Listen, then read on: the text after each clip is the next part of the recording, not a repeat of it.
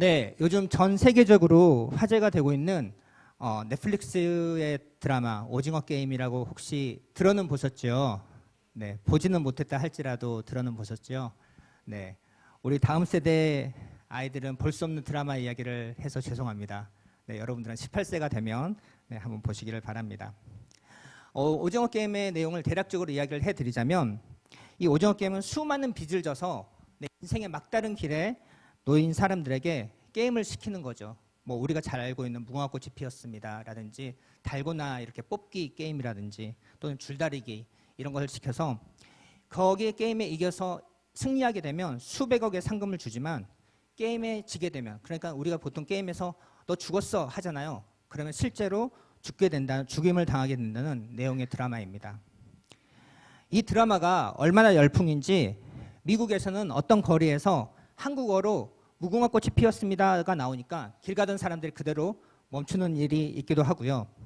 또 아마존과 같은, 이베이 아마존과 같은 온라인 쇼핑몰에서는 설탕과 베이킹 파우더를 넣어서 만든 달고나 세트가 불티나게 팔리고 있다고 합니다. 또 그 드라마에 나오는 옷을 입고 코스프레를 하는 사람들이 자신의 SNS에 사진과 영상을 올리는 것도 수만 건에 이른다고 합니다. 저도 소문을 듣고 이 오징어 게임을 봤는데 한 번에 쭉 보지는 못하고 이틀에 걸쳐서 멈출 수가 없게 재미있게 봤습니다. 스토리 전개도 재미있었고 또 옛날 어렸을 때 친구들과 하던 그런 놀이가 생각이 나기도 하고, 그래서 저 게임은 저렇게 하면 안 되는데 그런 생각을 하면서 보았습니다. 그런데 또한 이 드라마를 보면서 이 시대상에 대해서도 생각을 해보게 되었어요. 사람들이 왜 이렇게 이 비현실적인 드라마에 열광하는 걸까? 아니, 과연 이것이 비현실적인 걸까? 실제로 사람들은 일상적인 삶을 더 고통스럽게 여기고 있지는 않나? 이렇게 목숨을 내놓고 하는 게임이 실제로 열린다면 참가하려는 사람이 과연 없을까? 며칠 전 라디오를 듣는데 어떤 나라에서는 이 오징어 게임이 실제로 자기네 나라에서 열린다면 이 게임에 져서 죽게 된다 할지라도 참가하겠다는 사람들이 몰려들 것이라는 소식을 들었습니다. 게임에 참가해서 승리하면 거액의 상금을 받아 인생 역전을 할 수가 있지만 실패해서 죽게 된다 할지라도 일상의 삶이 너무나 오히려 고통스럽기 때문에 손해볼 것은 없다는 것이죠. 저는 이것이 단순히 드라마 이야기가 아니라 지금 우리가 살아가고 있는 이 시대의 세계관이라고 생각합니다. 바로 고통스러운 인생을 사느니 차라리 죽는 것이 낫다. 오늘 본문에서도 인생의 고통 가운데 처한 한 사람의 절규가 나옵니다. 룻기의 세 번째 주인공이라고 할 수 있는 룻의 어머니, 룻의 시어머니 나오미에 대한 이야기인데요. 이 이야기를 살펴보면서 고통스러운 삶을 살았던 이 나오미의 삶 가운데 보여주신 하나님의 은혜가 또한 오늘 살아가는 우리에게도 동일하게 흘러가고 있음을 발견하는 복된 시간이 되기를 바랍니다. 간략하게 룻기가 어떤 내용인지 먼저 이야기를 좀 해드리겠습니다. 잘 아시겠지만 룻기의 시대적 배경은 사사시대입니다. 사사시대는 이스라엘 역사 가운데 가장 암흑기 같은 시기였습니다. 사사시대를 대표하는 성경 구절을 우리는 잘 알고 있죠. 사사기 21장 25절 말씀인데, 그때 이스라엘에 왕이 없으므로 사람이 각기 자기 소견에 옳은 대로 행하였더라. 이스라엘에 왕이 없었기 때문에 사람들이 자기가 옳다고 생각한 대로 살았다는 것입니다. 그런데 정말 이스라엘에 왕이 없었습니까? 아니요, 있었습니다. 사람 왕이 없었지요. 왜 사람 왕이 없었습니까? 이스라엘의 왕이 하나님이셨기 때문에 하나님께서 사람 왕을 세우지 않은 것입니다. 그런데 왜 성경 기자는 이스라엘에 왕이 없었다라고 이야기를 하는 걸까요? 사람들이 하나님을 왕으로 생각하지 않았어요. 하나님의 통치에 신경 쓰지 않았어요. 아무도 자기를 지켜보고 있다고 생각하지 않은 거예요. 그러니 왕도 없고 통치하는 자도 없고 나를 뭐라고 할 사람도 없고 다 자기의 소견에 옳은 대로 살았다라고 하는 것입니다. 이러한 시대에 유대 땅 베들레헴에 흉년이 듭니다. 베들레헴의 뜻은 빵집이라는 뜻입니다. 베들레헴에서 베이트는 집이고요. 그리고 레헴 해서 베이틀레헴 해서 빵의 집, 즉 빵집인데 이 빵집에 흉년이 들었습니다. 그래서 이 빵집에 빵이 없는 거예요. 빵집에 빵이 없는 아이러니한 상황이 일어났습니다. 빵이 있어야 빵집인 거잖아요.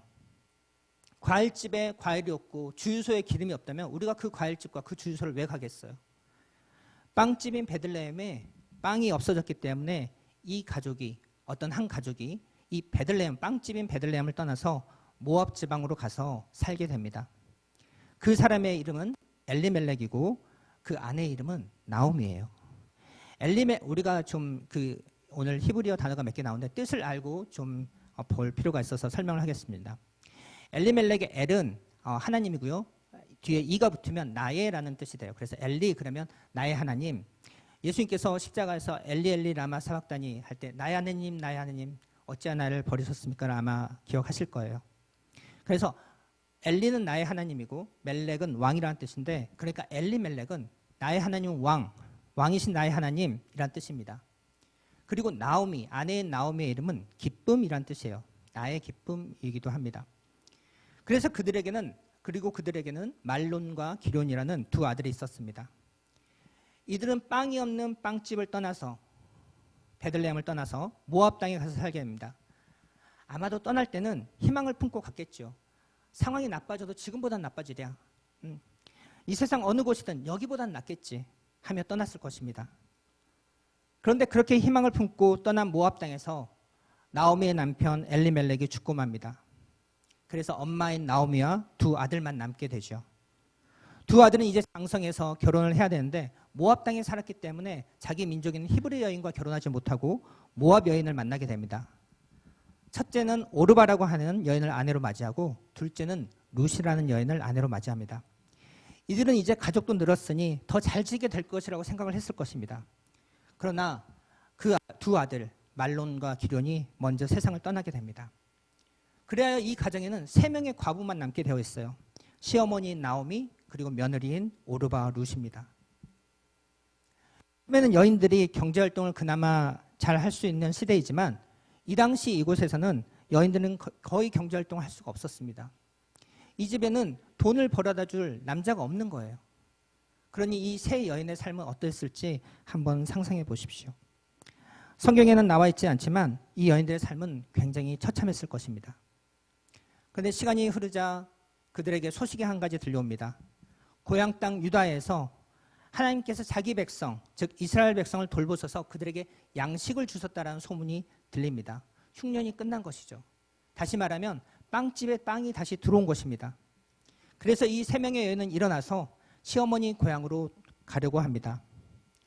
고향 땅 베들레헴으로 가던 길에서 시어머니 나오미는 이 두 며느리 오르바와 룻에게 굳이 아무도 아는 사람이 없는 그들에게 있어서 이방 땅으로 갈 필요가 있느냐. 너희 어머니의 집으로 돌아가라. 그리고 너희들이 다시 새롭게 가정을 꾸려서, 아직 젊으니 새롭게 다시 가정을 꾸려서 그 가정 행복하게 잘 살게 되기를 바란다라고 축복합니다.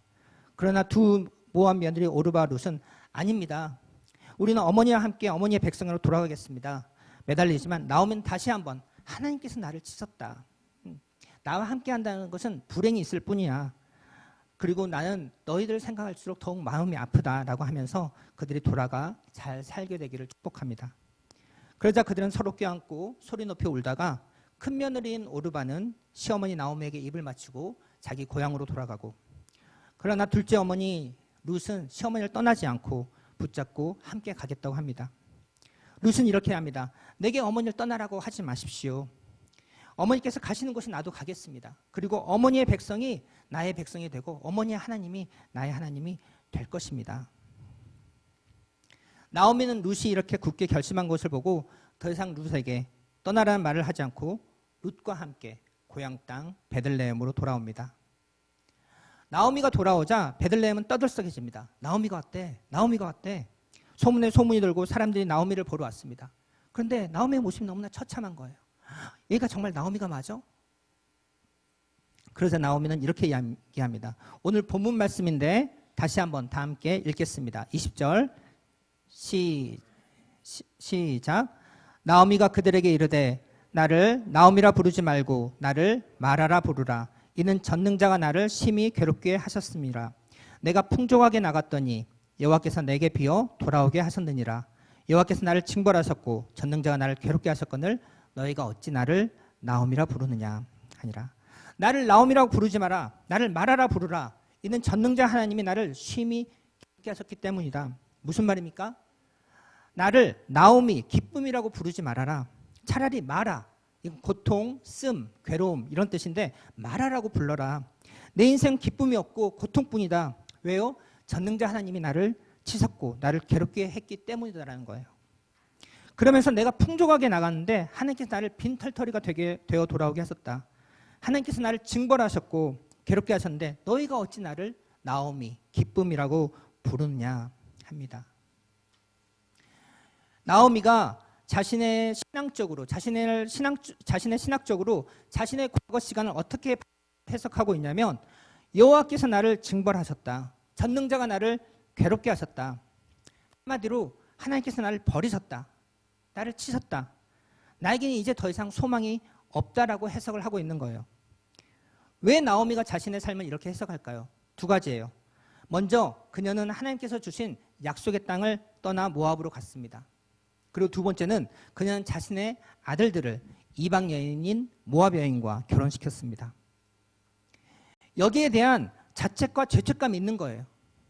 베들레헴에 흉년이 들어서 내가 어쩔 수 없이 하나님께서 주신 땅을 떠났는데 그때 떠나지 말았어야 했던 것은 아닐까? 우리가 떠났기 때문에 하나님께서 우리 남편, 내 남편 엘리멜렉을 그 땅에서 죽게 한 것은 아닐까? 우리 아들들, 아브라함의 자손, 약속의 자손들인데 하나님께서 분명히 이방 여인과 혼인하지 말라고 하셨는데 모압 여인들과 결혼시켜서 우리 두 아들이 모두 죽은 것은 아닐까? 내가 잘못해서 하나님께서 나를 버렸구나. 그래서 내 남편과 내 아들이 죽었구나. 남편도 죽고 아들도 죽은 내게 무슨 소망이 있느냐? 나는 무슨 기뻐할 것이 있느냐? 나는 나오미가 아니라 마라, 고통, 괴로움이다. 나오미의 고백이 너무 이해가 되지 않습니까? 우리 이럴 때 있잖아요. 지금 나의 삶 가운데 고통과 괴로움, 이것은 나의 잘못 때문에, 나의 죄 때문에, 그때 그렇게 하지 말았어야 했는데 내가 그렇게 했기 때문에 하나님께서 나를 치신 거야. 나를 버리신 거야. 어디서부터 돌이켜야 할지 모르겠어. 할 수만 있다면 다시 그때로 돌아가서 이걸 풀고 싶어. 그러면 하나님께서 내게 이런 고통을 주시지 않았을 텐데. 그런데 이미 엎질러진 물이야. 이제 나는 희망이 없어. 소망이 없어. 나오미는 자신의 힘으로 열심히 살아보려고 했습니다. 그런데 그 모든 것이 실패로 끝나고 나서 자신이 할 수 없다는 것을 깨닫게 되었어요. 그런데 바로 이때가 하나님께서 일하시는 때입니다. 절망의 순간, 인생의 모든 빛이 다 꺼져버렸다고 생각되는 순간, 바로 그때가 본격적으로 우리의 삶 가운데, 여러분의 삶 가운데 하나님께서 일하시는 시간입니다. 이들이 베들레헴으로 돌아왔을 때 이때는 보리추수가 시작되던 때였습니다. 이들 가난한 두 과부는 먹고 살 길이 막막합니다. 그래서 며느리 룻은 시어머니 나오미를 부양하기 위해 밭에 나가 이삭을 줬습니다.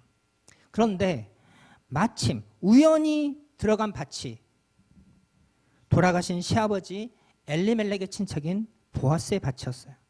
그런데 그때 또 마침 그 밭의 주인인 보아스가 베들레헴에서 와서 자기 밭을 둘러보는 중이었습니다. 보아스는 그 많은 이삭 줍는 사람들 사이에서 새로 이삭을 주우러 온 룻을 주의 깊게 보고 그가 나오미의 며느리인 것을 알게 됩니다. 그리고 그녀를 기특하게 여기면서 그녀를 보호해 주지요. 룻은 시어머니 나오미에게 자신을 세심하게 배려해준 보아스 이야기를 하고 나오미는 보아스가 자신의 가정에 기업물을자 중에 한 명임을 알게 됩니다. 룻기를 읽을 때 가장 중요한 개념 가운데 하나가 바로 이 기업물을자, 고엘의 개념인데요. 이것은 하나님으로부터 율법을 받은 이스라엘에게만 발견되는 독특한 제도입니다. 하나님은 공동체를 유지하고 잃어버린 땅을 회복하고 이스라엘의 어떤 가문도 대가 끊기지 않고 이어갈 수 있도록 고엘 제도를 만들었습니다. 이 고엘 제도를 통해서 공동체가 유지되고 모든 가문이 회복될 수 있도록 한 것이죠. 고엘의 의무는 몇 가지가 있는데 말씀 하나만 찾아보도록 하겠습니다. 레위기 25장 25절 말씀인데요. 함께 읽겠습니다. 만일 내 형제가 가난하여 그의 기업 중에서 얼마를 팔았으면 그에게 가까운 기업 물을 자가 와서 그의 형제가 판 것을 물을 것이요. 우리나라에서는 한 가정이 경제적으로 무너지면 어떻게 됩니까? 그냥 그 가정의 일이려니 하겠죠. 어떤 사람이 사업을 하다가 빚을 많이 지고 망하게 되면 그 사람이 사업적 판단을 잘못했거나 운영을 잘못했으니까 그 사람이 책임을 져야 한다고 생각하지 않겠습니까? 뭐 그것이 우리나라뿐입니까? 다른 나라, 다른 사회도 마찬가지입니다. 그런데 하나님께서는 혹시나 그렇게 큰 빚을 져서 갚을 수 없는 사람이 너의 형제나 친척 가운데 있으면 여유가 있는 친척이 그를 도우라고 이스라엘 율법에 기록을 해놓은 것입니다. 이렇게 몰락한 가문이 다시 세워지기 위해서는 반드시 고엘이 필요합니다. 고엘이 없이는 회복이 불가능해요. 그 빚을 빌려준 사람에게 무조건 빚을 없다고 해줘라, 탕감해줘라 할 수가 없는 거예요. 왜냐하면 그렇게 되면 돈을 빌려준 사람은 엄청난 손해를 볼 것이기 때문이에요. 그래서 몰락한 형제나 친척을 위해 대신 갚아줄 고엘이 반드시 필요한 것입니다. 고엘의 조건은 가까운 친척이어야 하고요. 기업 부를 수 있는 경제적인 능력도 가지고 있어야 합니다. 그리고 고엘에서 가장 중요한 것은 바로 자원하는 마음이에요. 고엘은 율법에 기록되어 있지만 억지로 하는 것이 아니라 자원해서 하는 것입니다. 고엘의 길은 부자라고 해서 쉽지가 않습니다. 가까운 친척이라고 해도 경제적인 능력을 가지고 있다고 해도 한 가족을 다시 정상적인 궤도로 올려놓기 위해서는 그 가족을 사랑하는 마음으로 내가 가진 물질과 시간과 상당한 에너지를 기꺼이 희생할 마음에 각오가 되어 있어야 하기 때문이에요. 이 나오미의 가문을 회복시키기 위해서는 치러야 할 대가가 많이 있었습니다. 나오미의 남편 엘리멜렉이 가지고 있던 소유했었던 그 땅을 되찾기 위해서는 많은 돈이 필요했고요. 또한 자식이 없이 죽은 말론과 기론을 위해서 엘리멜렉의 대를 이어야 했기 때문에 그 나오미의 며느리 룻과도 결혼을 해야 했습니다. 이 룻과의 결혼에 있어서 이 문제는 돈의 문제가 아니라 이 모압 여인, 이 이방 여인을 후처나 아내로 맞이할 수 있는 열린 마음이 과연 있느냐. 나오미의 가정은 하나님의 마음을 아는 자원하는 고엘을 만나지 못하면 이 과정이 회복될 수 없고 대가 끊어질 수밖에 없는 그러한 위기 상황에 놓여 있었던 것이죠. 그러나 하나님은 이 나오미 가족을 위해 하나님의 은혜를 아는 보아스를 예배해 놓았습니다. 보아스는 기꺼이 나오미 가족의 고엘이 되어줍니다. 그리고 그는 룻을 아내로 삼고 아들을 낳습니다. 그 아들이 오벳인데 그는 이새의 아버지가 되고 그리고 그 이새는 바로 다윗을 낳게 됩니다. 이 다윗의 계보를 통해서 그리스도 예수가 오게 됩니다. 그래서 마태복음 1장 예수님의 족보에 이 이방 여인 룻의 이름이 들어가 있는 것입니다. 이것이 룻기의 대략적인 이야기입니다. 네, 그러면 다시 오늘의 주인공 나오미에게로 다시 돌아오겠습니다. 나오미는 약속의 땅 이스라엘을 떠나고 아들들을 이방 여인은 모압 여인과 결혼시켰기 때문에 하나님께서 자신을 치셨다라고 생각했습니다. 남편이 죽고 두 아들이 죽었기 때문에 미래에 대한 아무런 소망도 갖지 못했습니다. 그래서 스스로 자책하면서 죄책감에 빠져 살면서 자신의 이름은 나오미, 기쁨인데도 나를 나오미라 부르지 말아라. 나는 나오미가 아니라 마라, 괴로움이다 라고 생각을 했습니다. 이것을 살펴볼 때 나오미는 적어도 세 가지 사실을 확신하고 있었습니다. 하나님은 계신다. 그리고 그 하나님은 모든 것을 주관하시는 하나님이다. 그런데 바로 그 하나님께서 나를 치셨다.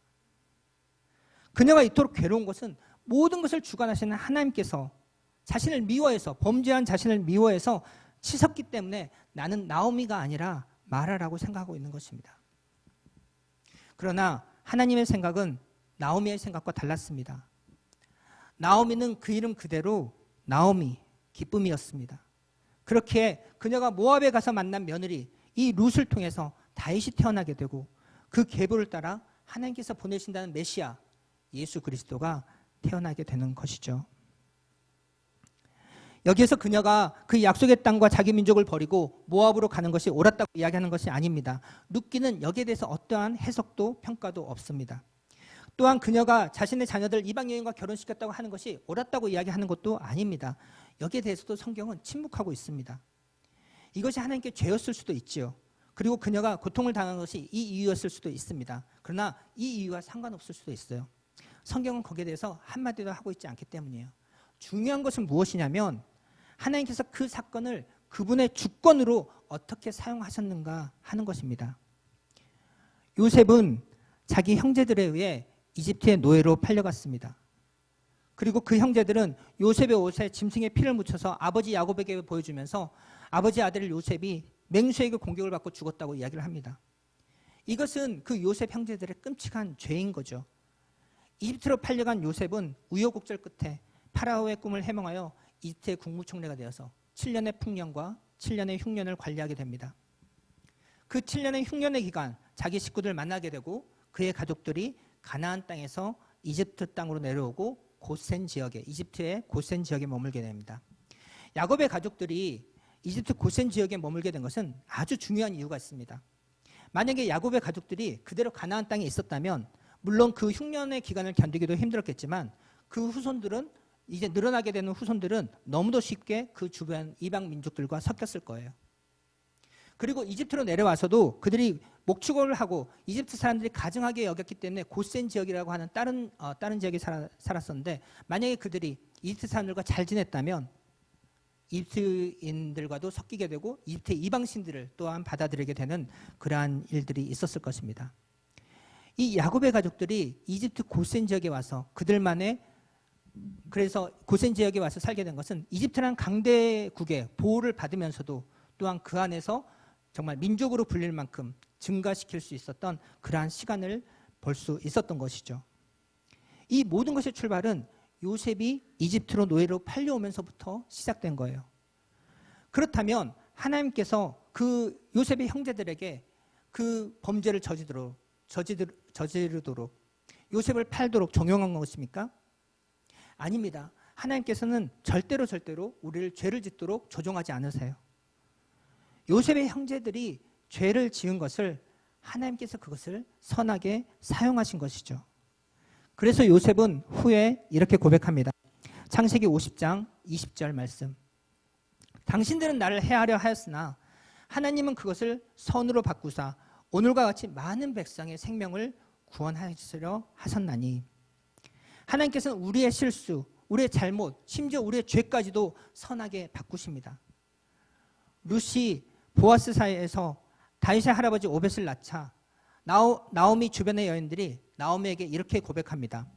나오미의 직접적인 고백이 있었다면 더 좋았겠지만 나오미 주변의 여인들의 고백을 들어보겠습니다. 룻기 4장 14절에서 15절입니다. 여인들이 나오미에게 이야기를 하는 거예요. 찬송할지로다 여호와께서 오늘 너에게 기업 물을 자가 없게 하지 아니하셨도다. 너에게 기업 물을 자를 주셨도다. 이 아이의 이름이 그러니까 룻과 보아스 사이에 태어난 이 아이의 이름이 이스라엘 중에 유명하게 되기를 원하노라. 이는 내 생명의 회복자이며 너의 노년의 봉양자라. 곧 너를 사랑하며 7 아들보다 귀한 내 며느리 룻이 낳은 자로다. 나오미는 자신이 실수했던 것 같고 자신이 죄를 지은 것 같아서 자책과 죄책감에 빠져서 하나님께서 나를 치셨어. 하나님께서 나를 징계하셨어. 하나님께서 나를 괴롭게 하셔. 난 더 이상 나오미가 아니야. 나는 마라야. 한탄하죠. 그러나 하나님께서는 바로 이렇게 남편과 자식을 모두 잃은 아무런 소망을 찾지 못한 자에게 오벳이라고 섬기는 자를 보내주셔서 그녀를 위로합니다. 그러면 그 사이에 나오미가 나는 나오미가 아니야. 마라야 하고 부르는 것과 그 오벳이 태어나기 전까지 그 사이에 나오미가 과연 무엇을 했느냐? 도대체 나오미가 무엇을 했기에 하나님께로부터 이런 복을 받을 수 있었을까요? 룻기를 자세히 읽어보면 우리가 생각하기에 나오미가 어떤 복을 받을 만한 무언가를 했다는 이야기가 없습니다. 나오미가 회개를 했다. 나오미가 헌신을 했다. 나오미가 100일 기도를 했다. 이런 게 좀 나와야 우리 마음이 편하잖아요.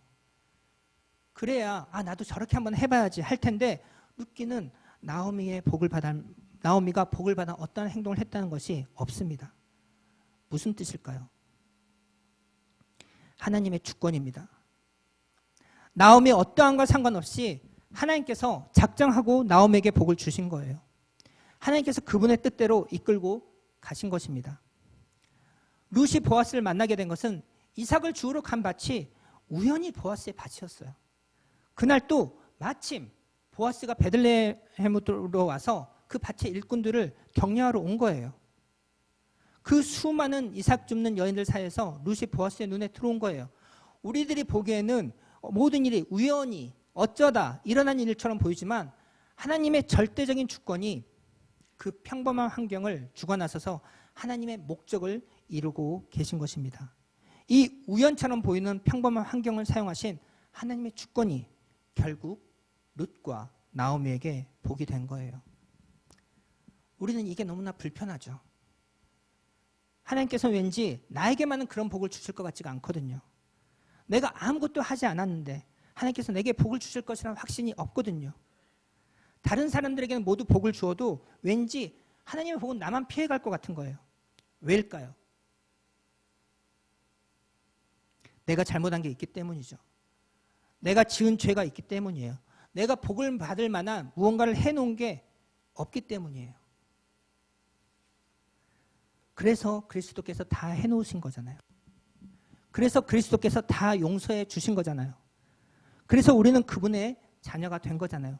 진정한 고엘이신 예수님께서, 우리는 우리 스스로 이걸 해결할 힘이 없으니까 진정한 고엘이신 예수님께서 자원하셔서 이 땅에 오셔서 우리가 잘못한 모든 죄를 용서해 주시고 우리를 그분만큼 의롭게 해 주시고 우리를 하나님의 자녀로 삼아 주셨어요.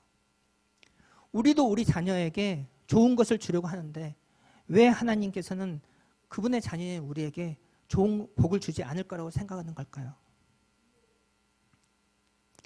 내 행위가 더 커 보이기 때문이에요. 그리스도께서 십자가에서 이루신 용서보다 내 죄가 더 커 보이기 때문이에요. 내가 지은 죄를 내가 아는데 이것은 예수님도 용서 못하실걸? 나의 의가 예수님보다 더 크기 때문이에요. 말로는 예수님의 십자가를 믿는다고 하면서도 자신의 의를 포기하지 못하는 사람들이 얼마나 많은지 모릅니다. 자기 자신을 용서하지 못하는 겁니다. 그러니 아무런 소망을 가질 수가 없는 것이죠. 그러니 나를 나오미라 부르지 말라. 나는 마라다. 이 설교를 준비하면서 2018년 제가 주님의 은혜 교회를 처음 찾아왔을 때가 생각이 났습니다. 그때 저는 그 전에 사역하던 교회에서 사임하고 이제 새로운 사역이 아니라 사업을 하려고 학원을 막 열었을 때였어요. 그 전에 이제 동네에서 조그만 학원에서 6개월 정도 파트타임으로 일을 했었는데 학생들 가르치는 일도 너무 재미있고 또 이제 그 학원에 운영되는 것을 보니 그렇게 큰 규모로 하지 않아도 이렇게 어찌어찌 하게 하면 될 것 같은데 라는 생각을 가지고 확신을 가지고 시작을 했었습니다. 그래서 가족들에게 돈도 빌리고 은행에서 대출도 받고 해서 위례 학원을 열었습니다. 그런데 학원을 열기도 오픈하기도 전에 인테리어 공사 중에 사고가 났어요. 이제 학원 같은 곳은 소방 검사를 통과해야 하는데 그 검사 중에 그 스프링클러 위치를 이렇게 좀 중앙으로 옮겨야 한다고 지적을 받은 거죠. 그래서 인테리어 담당하는 분에게 그 이야기를 했더니 자기가 옮겨줄 수 있대요. 뭐 어려운 거 아니라고 하면서 그 스프링클러를 그분이 원래는 전문가가 만져야 되는데 그분이 이렇게 옮기다가 그 스프링클러가 터져버린 거예요. 네. 그래서 그 층에 스프링클러 안에 있던 물이 다 쏟아질 때까지 그걸 멈출 수가 없어요. 스프링클러는 멈출 수가 없어요. 수도꼭지가 없어요. 그래서 학원을 시작하기도 전에 물세례를 받았죠. 네, 완전히 학원이 잠기고 인테리어가 거의 끝나가던 시점이었는데 완전히 학원이 잠기고 그 물이 옆 상가에도 막 흘러가고 밑에 층에도 떨어지고 밑에서 올라오고 좀 난리가 났었습니다. 전기는 파파박 하면서 나가고 그리고 그날 그 물을 다 치고 닦아내는데 앞이 깜깜해지더라고요. 그리고 그때 그 손해를 수습해 주겠다고 했던 그 인테리어 담당자는 그날 이후로 아직까지 보지를 못하고 있습니다. 내가 이걸 어떻게 해서 어떤 마음으로 시작한 학원인데 시작도 하기 전에 이것이 무슨 일인가. 그래도 어떻게든 시작을 해야 할 게 좀 더 대출을 받아서 다시 인테리어를 하고 학원을 열었습니다. 그런데 이제 예상과 다르게 학생이 없는 거죠. 네. 저도 사고 수습하느라고 너무 지쳤고 그 학원 가기도 싫은 거예요. 사실은. 다시 꾸며놓긴 했지만 홍보도 크게 하지 않았고 그래도 몇몇 학부모님들께서 보내주시는 아이들 그 아이들 잘 가르치다 보면 입소문이 나겠지. 안 나요. 그때부터 잠이 안 오는 거예요. 그리고 두려움이 엄습하고 불안한 생각이 꼬리에 꼬리를 물기 시작하는데 이달 학원 월세 낼 돈도 없는데 어떡하지? 대출금이 또 이자는 어떻게 내지? 대출금 못 내고 연체를 하게 되면 카드도 막히고 신용불량도 되는 거 아니야? 추심원들이 집으로 찾아오고 집에서 쫓겨나게 될까? 우리 애들은 어떻게 되는 거야? 너무너무 두려우니까 하루에도 몇 번씩이나 정말 극단적인 선택을 생각도 했었어요. 이러면 어떻게 될까?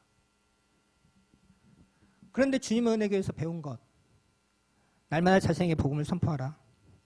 도대체 이게 무슨 말이야? 뭘 어떻게 하라는 거야? 그때는 그 책을 읽지도 않았고 그냥 말 그대로 밤마다 그냥 제 자신에게 복음을 선포했어요. 나는 하나님의 자녀다. 하나님께서 나의 아버지다. 하나님께서 나를 돌보신다. 하나님께서 나를 버리지 않으셨다. 매일 밤 이렇게 나 자신에게 선포를 해야 그나마 숨을 쉴 수 있었고 잠을 잘 수 있었어요. 상황은 전혀 나아지지 않았어요. 그래서 매주 이제 목사를 만나면 하는 목사님께서 어떻게 지내고 계세요? 그러면 매일 뽕을 맞으면서 지내고 있어요. 이것이 상황은 나아지지 않고 전혀 좋아질 기미는 보이지 않는데 그냥 내 자신만 위로하고 지내는 것처럼 보였어요. 그런데 이렇게 진부한 표현밖에 할 수 없는 것이 참 죄송한데 저 어둡던 터널 저 끝에서 빛 같은 것이 보이는 거예요. 그리고는 나를 뒤덮고 있는 먹구름 같은 것이 조금씩 거쳤어요. 상황도 많이 나아졌고요. 상황이 나아진 것도 사실은 제가 한 것이 없어요. 제가 무엇을 해서 그 많은 돈을 갚을 수가 있겠어요. 저는 이해할 수 없는 어떤 우연, 마침 이런 일들이 그냥 일어나게 된 거예요.